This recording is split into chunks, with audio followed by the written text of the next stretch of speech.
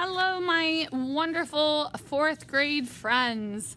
Today we're going to be creating our warm and cool trees. These trees are going to be a lot of fun, and I want you all to be thinking about how you are going to choose either a warm sky colored background or a cool sky colored background. If you choose a warm colored background, for your sky, underneath the ground is going to be the opposite, and it's going to be cool colors. If you choose cool colors for your sky, you're going to have warm colors for your ground and background. All right, let me tell you how I am going to have us start our masterpiece. The first thing we have to do is create our tree. And trees are sometimes a little intimidating if you don't break them down into lines. The letter that continues to be shown over and over again are our Y's or our V's.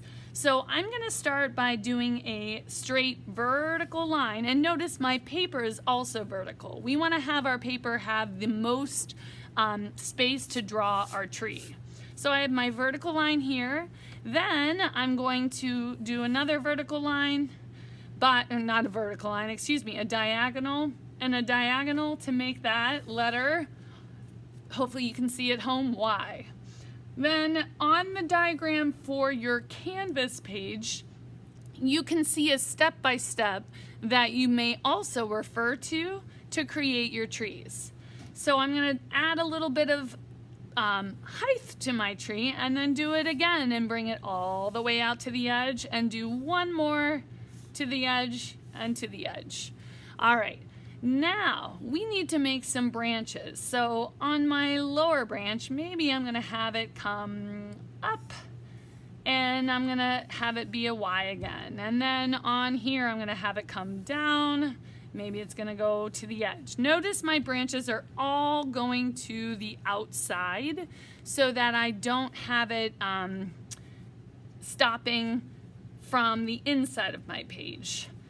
You're going to continue to add as many branches as you feel you need. And then I'm going to show you the next artist trick, if you will, to create your trees. Now, when you add your Y's and your V's, you could truly add an infinite amount, but you don't want to get too carried away because you want to have some space in your background to show the warm or cool color for your sky and the warm or cool color for your ground. Now, this is just a stick figure tree. It's not a very realistic tree yet. We need to make it a lot more realistic. When you're looking at the trunk or base of a tree, most of the time it's narrow and then it widens out at the bottom because the roots have to be a strong foundation. So I'm gonna have this come out and swerve down, and then over here and swerve down. Oh, Mrs. Stevenson had some oil pastel in her hand. That is how this magical line occurred. Then you're gonna do the same for your branches and your trees. You're gonna kind of create a three-dimensional look to the branches. They were just lines, but now we're going to make them into branches. When you're bringing your trunk of your tree up, don't be worried that this takes place and thickens up. We're going to be using a black color, whether it's crayon or Sharpie, to have our tree be a silhouette, so that in these fun spaces that we created with our branches, they're going to look more realistic, and we'll have these shapes be able to be filled in with our warm or cool colors. Oh, I could do this all day. Now, once I have my tree all the way kind of mapped out, and I have my branches actually become branches and not just lines. I'm gonna start by doing my warm and cool colors so that I can show you how you're going to do this at home. All right, when I take my background here, I have not created a ground or a line of horizon so that I can have it be warmer, cooler, cooler, warm. So I'm gonna do a curvilinear line to show that this is my ground, but it's not going to be interesting compositionally, if you will, unless I make some different line patterns in here.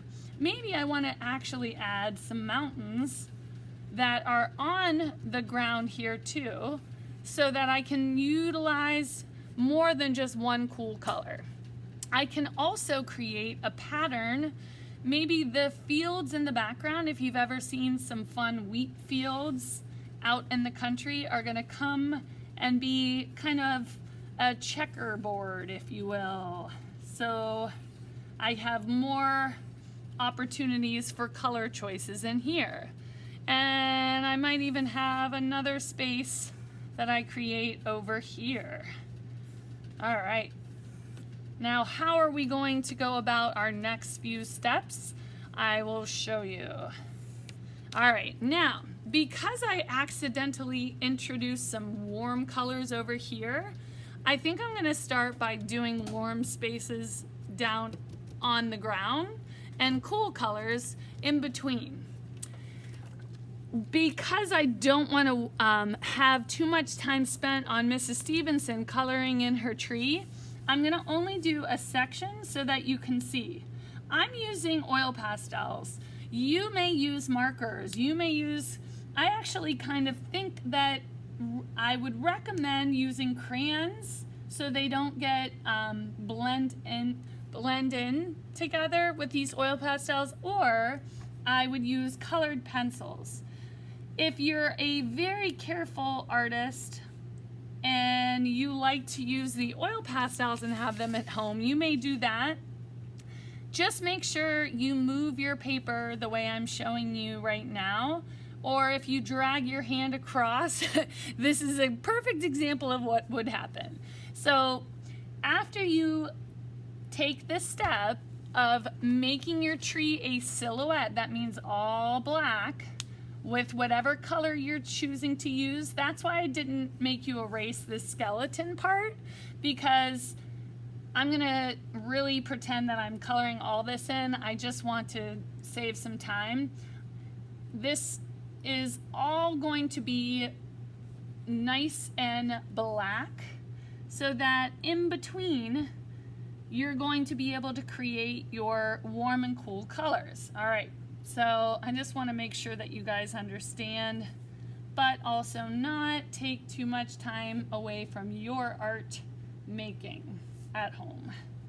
So here is my silhouette for my tree, and now comes the fun, cool, and warm colors. First of all, I've decided, because of my beautiful oops, down here is going to be warm colors. In between my tree branches are going to be my cool colors.